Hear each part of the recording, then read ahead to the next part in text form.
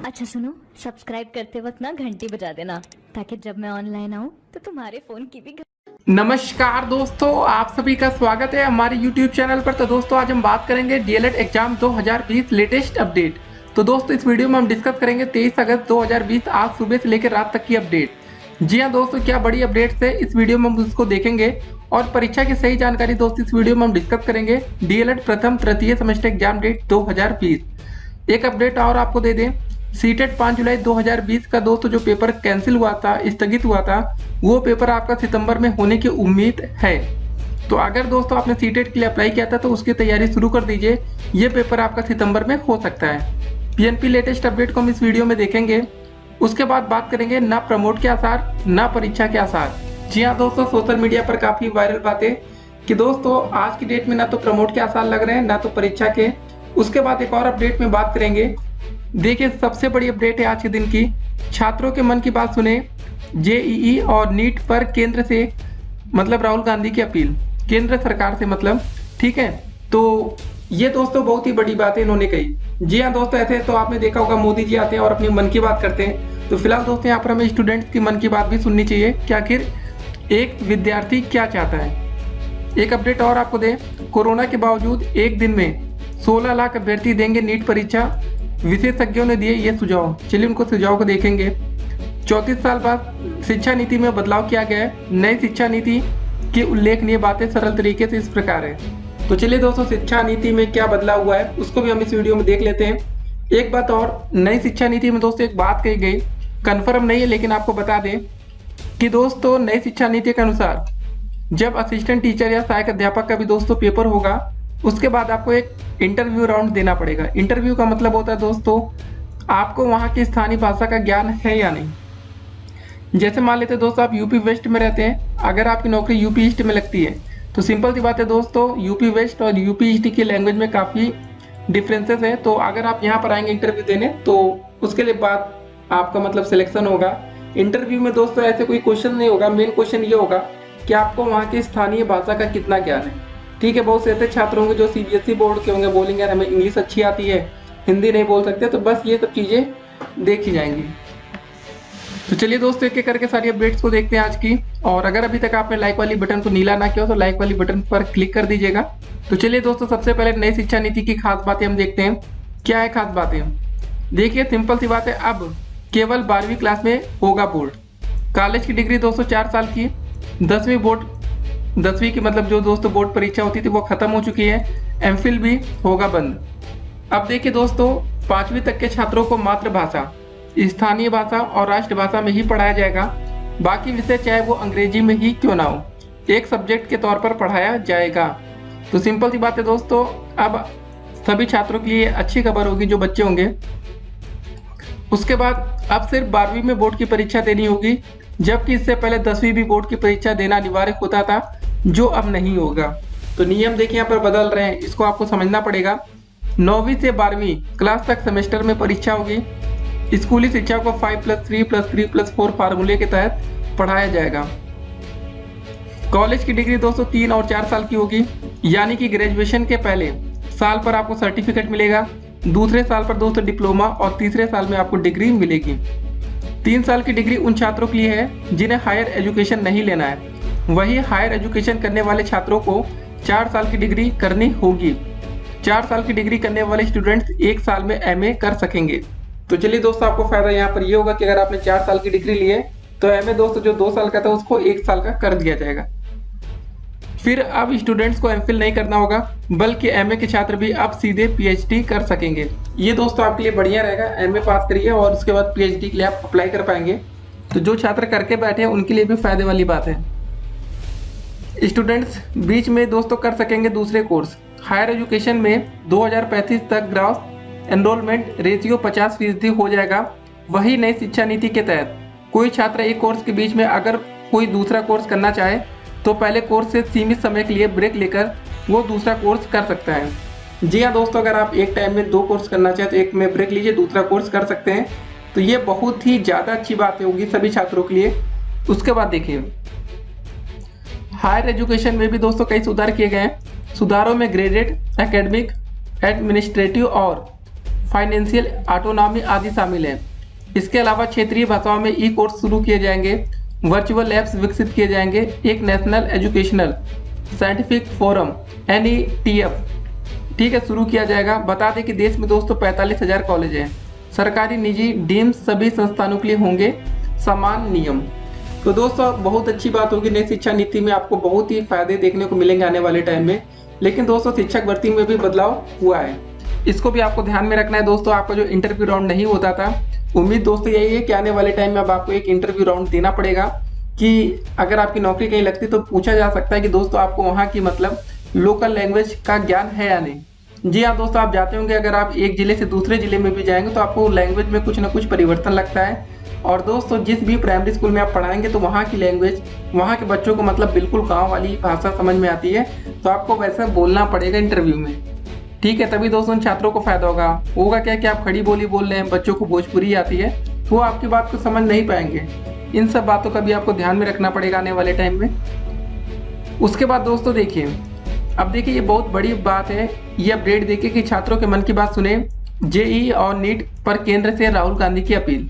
जी हाँ दोस्तों, सिंपल सी बात याद रखिएगा, जब भी कोई भी विपक्षी दल या दोस्तों कोई भी सत्ता पक्ष या कोई भी हो जो आपके लिए बात करे, हमेशा दोस्तों आपको उनके साथ खड़ा होना चाहिए, किसी भी पार्टी के दोस्तों क्यों ना हो वो।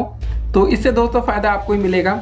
जैसे क्या हो रहा है आज के दिन DLED में, आप देखिए अब DLED को लेकर दोस्तों यहाँ पर ना तो कोई विपक्षी दल आपके साथ खड़ा होने के लिए तैयार है। अखिलेश यादव दोस्तों यूपी में बड़े नाम है, लेकिन कौन तैयार हो रहा है? मायावती कौन तैयार हो रहा? कोई नहीं हो रहा है ना। तो सिंपल सी बात है दोस्तों, जो भी स्टूडेंट्स के साथ खड़ा दिखे हमें उनका सपोर्ट करना चाहिए, वो चाहे किसी भी पार्टी के हो, किसी भी पक्ष के हो, और फायदा देखिए सीधे तौर पर आपको ही होगा। अपडेट क्या देखिए, कांग्रेस नेता राहुल गांधी ने आज केंद्र सरकार से अपील की कि संयुक्त प्रवेश परीक्षा JEE और राष्ट्रीय पात्रता व प्रवेश परीक्षा नीट में भाग लेने वाले छात्रों की चिंताओं का मतलब समझा जाए मतलब और परीक्षाओं को लेकर एक सार्थक हल निकाला जाए। जो छात्र परीक्षाओं को रद्द करने की मांग कर रहे हैं उनकी बात को सुना जाए। आपको बता दें कि national testing agency NTA JEE main का आयोजन 1 से लेकर 6 सितंबर के बीच करने जा रही है, वही नीट का आयोजन 13 सितंबर को होगा। JEE मेन के एडमिट कार्ड जारी हो चुके हैं और नीट के एडमिट कार्ड भी जल्द जारी होने वाले हैं। राहुल गांधी ने ट्वीट करते हुए कहा, आज लाखों छात्र कुछ कह रहे हैं नीट JEE परीक्षा के बारे में, उनकी बात सुनी जानी चाहिए और सरकार को एक सार्थक हल निकालना चाहिए। जी हाँ दोस्तों, ये काफ़ी बड़ी बात है और काफ़ी बड़े स्तर से ये बात कही भी गई है। उम्मीद करते हैं दोस्तों, देखिए हमें क्या ना कि आज के दिन दोस्तों BJP गवर्नमेंट है वो विपक्ष को मतलब या तो कुछ समझते नहीं है। अगर देखिए इतने बड़े नेता जब कुछ कहते हैं ना, राहुल गांधी मतलब कुछ छोटे मोटे हस्ती तो है नहीं, आपको पता है, तो ठीक है सरकार को इस बात को सीरियसली लेना चाहिए और सभी छात्र भी चाहते हैं कि हमें प्रमोट किया जाए। देखिए DLED में क्या हो रहा है, आपको है कि हमें प्रमोट किया जाए, बाकी जिन छात्रों का पेपर पढ़ रहा है वो छात्र चाह रहे हैं पेपर इस समय कैंसिल किया जाए।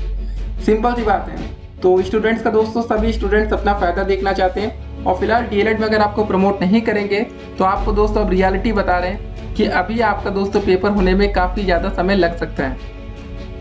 रीजन आपको बता दें दोस्तों, आप सोच रहे होंगे DLED में पेपर में काफ़ी ज़्यादा समय क्यों लग सकता है, आपको बता दें। देखिए सिंपल सी बात है दोस्तों, DLED का लॉजिक आपको समझना पड़ेगा यहाँ पर। देखिए UGC का दोस्तों जो फैसला आया था वो सिर्फ फाइनल ईयर के बच्चों के लिए था कि फाइनल ईयर के जितने भी बच्चे उनका पेपर दोस्तों 30 सितंबर से पहले कराया जाए। मामला सुप्रीम कोर्ट में कल सुबह दोस्तों हो सकता है कि इस पर जजमेंट आ सकती है, ठीक है। जो भी दोस्तों अपडेट्स आएगी, जजमेंट आएगी, उसके लिए हमने कमेंट बॉक्स में लिंक दिया, उसको आप चेक कर लीजिएगा एक बार। तो जजमेंट में दोस्तों आपको पता चल जाएगा कि फाइनल ईयर के बच्चों का पेपर होगा कि प्रमोट होंगे। इस बात को आपको समझना पड़ेगा।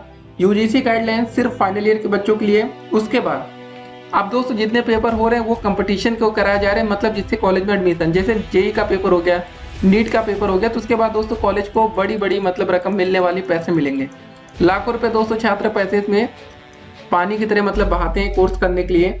उसके बाद BEd की प्रवेश परीक्षा होती है, उसमें भी आपको पता सिंपल सी बात है एडमिशन ही होना था। एक BEO का पेपर हुआ था, ठीक है। आपको लग रहा होगा नहीं यार नौकरी देने वाला भी तो पेपर हो रहा है, तो दोस्तों आपको बता दें BEO का सिर्फ प्री का पेपर हुआ है, मेंस का नहीं हुआ है। प्री पे पास करने से कोई नौकरी नहीं मिलती, आप सेकंड राउंड के लिए क्वालिफाई होंगे और इसमें भी लाखों छात्रों ने पेपर छोड़ा, तकरीबन 3 लाख बच्चे पेपर नहीं दिए। तो फायदा पता नहीं किसको हुआ, किसी को आज तक समझ में नहीं आया कि इस पेपर को कराने से फायदा क्या हुआ। जब लाखों बच्चे पेपर ही नहीं दे रहे तो ये तो जबरदस्ती हो गई ना, देना हो दो, नहीं देना हो मत दो। वैसे ही दोस्तों DLED में भी होगा तो इससे आपका नुकसान होगा। तो हमें दोस्तों अपनी आवाज़ को बुलंद करना चाहिए और सरकार तक इस बात को पहुंचाना चाहिए। चुनाव दोस्तों करीब है, 2022 आने वाला है, ठीक है ना। देखते हैं दोस्तों क्या होता है, जो भी अपडेट्स आएगी हम आपको देंगे। फिलहाल चलिए एक और अपडेट को देख लेते हैं कि दोस्तों कोरोना के बाद पेपर हो रहा तो कैसे क्या होगा। कोरोना संक्रमण काल के बीच नेशनल टेस्टिंग एजेंसी एनटीए की ओर से 13 सितंबर को नीट यूजी परीक्षा होगी। इसमें करीब 16 लाख अभ्यर्थी परीक्षा देंगे। वही 1 से 6 सितंबर तक जेईई मेंस कराए जाने की तैयारी है। एक ही दिन में नीट होने से सोशल डिस्टेंसिंग का पालन सुनिश्चित नहीं हुआ तो बच्चों की सेहत के लिए खतरा हो सकता है। आपको बता दें दोस्तों, वो बच्चों के लिए अगर एक भी बच्चा कोरोना से संक्रमित होता है, उसका पूरा परिवार कोरोना से संक्रमित हो सकता है। सबसे बड़ा एग्जाम्पल बच्चन फैमिली, आपको पता होगा, नहीं पता तो एक बार देख लीजिएगा। किसी को कोरोना हुआ था, पूरा फैमिली उनका कोरोना से संक्रमित हुआ। अब देखिए आगे सवाल यह भी उठ खड़ा होता है कि जब पहले भी कई मौकों पर यह परीक्षा अलग अलग समय पर कराई गई है, तो इस बार एक ही दिन में कराए जाने का क्या औचित्य है, क्योंकि अलग अलग दिन कराने से कुछ हद तक, ठीक है ना, सोशल डिस्टेंसिंग का पालन संभव हो पाएगा। एम्स एकेडमिक के डीन डॉक्टर कुलदीप सिंह का मतलब मानना है कि कोरोना काल में सबसे अहम बच्चों की सेफ्टी है। उन्हें ट्रैवलिंग से बचाने के लिए एक शहर में एक से अधिक सेंटर और एक से अधिक शिफ्ट में एग्जाम कराना चाहिए। सेंटर पढ़ेंगे तो बच्चों के बीच फिजिकल डिस्टेंसिंग भी बनी रहेगी। हर सेंटर पर बच्चों की संख्या भी कम होगी। पहले दोस्तों हुआ ऐसा तो अब क्यों नहीं। विशेषज्ञों के अनुसार वर्ष 2013 में कर्नाटक में विधानसभा चुनाव के कारण नीट 10 से 15 दिन बाद हुआ था, जबकि बाकी राज्यों में पहले ही एग्जाम ले लिया गया। वर्ष 2016 में नीट 1 और नीट 2 अलग अलग हुए थे। पिछले साल 2019 में पूरे देश में पेपर हुआ, लेकिन उड़ीसा में आए चक्रवात के कारण वहां परिस्थितियां सामान्य होने पर उसका पेपर का आयोजन हुआ। उसके बाद देखिए जिले में करे कोरोना की स्थिति का पता। एक्सपर्ट्स का दोस्तों यह भी कहना है कि एनटीए को राज्यों से संपर्क करना चाहिए और वहां के जिलों में कोरोना की स्थिति का पता करना चाहिए। कोरोना से अधिक प्रभावित क्षेत्रों में परीक्षा अन्य तारीखों पर करवाई जाए।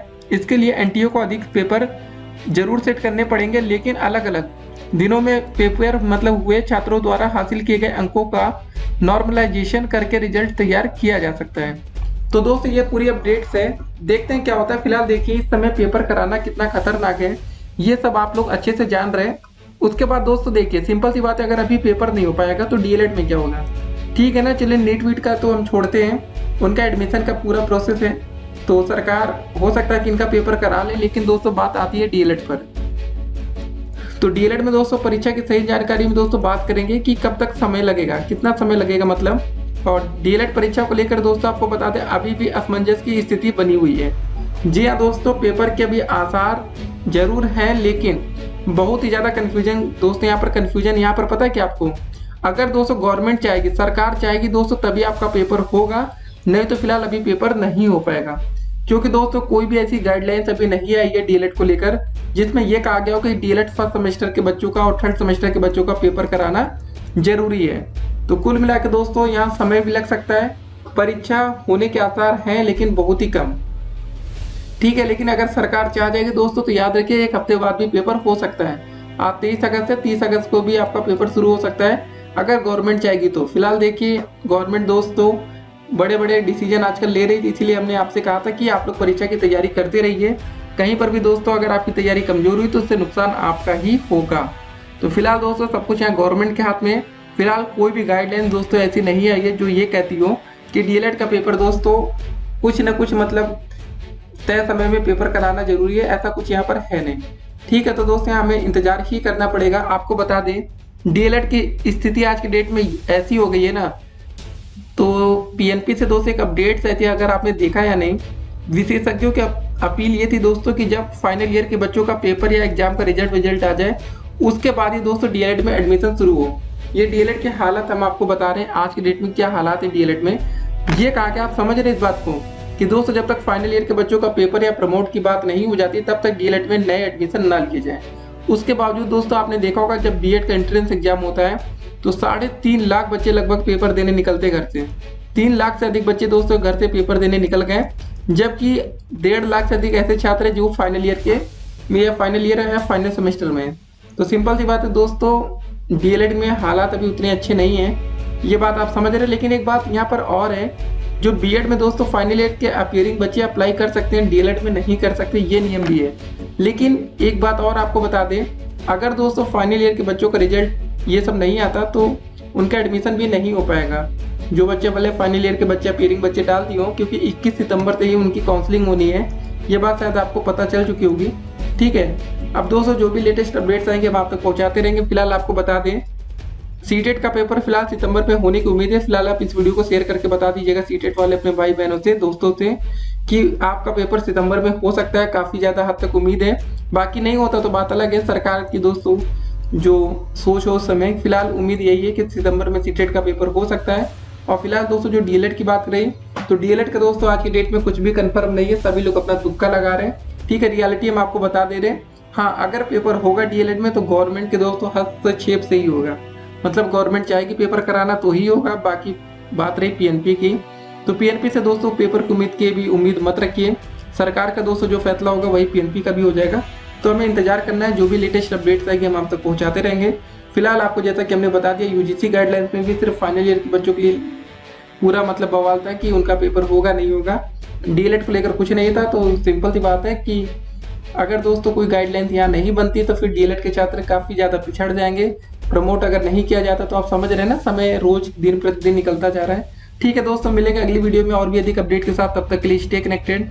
ठीक है, शुभ रात्रि, गुड नाइट।